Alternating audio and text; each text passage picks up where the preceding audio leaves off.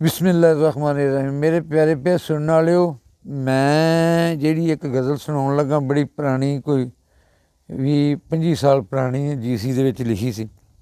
नवां नवां मैं हज़रू चों आया सी इत्थे GC यूनीवर्सिटी। तो उम्मीद है तुसीं पसंद करोगे।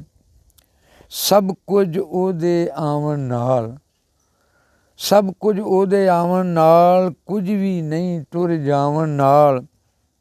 दुख दूणे ते चाउणे होण, दुख दूणे ते चाउणे होण, चोखे यार बनावन नाल।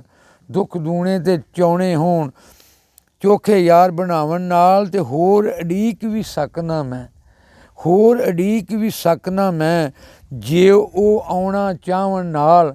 होर अड़ीक भी सकना मैं, जे ओह आउणा चाहवन नाल। ते अकल ना मासा होवे कोल, अकल ना मासा होवे कोल, की बनदा समझावन नाल। अकल ना मासा होवे कोल, की बनदा समझावन नाल। ते रिज़क च वाधा होंदा नहीं, रिज़क च वाधा होंदा नहीं, होरां दा हक खावन नाल। ते दिस पैंदा ए अपना आप, दिस पैंदा ए अपना आप, हत्थां विच हत्थ पावन नाल। दिस पैंदा ए अपना आप, हत्थां विच हत्थ पावन नाल।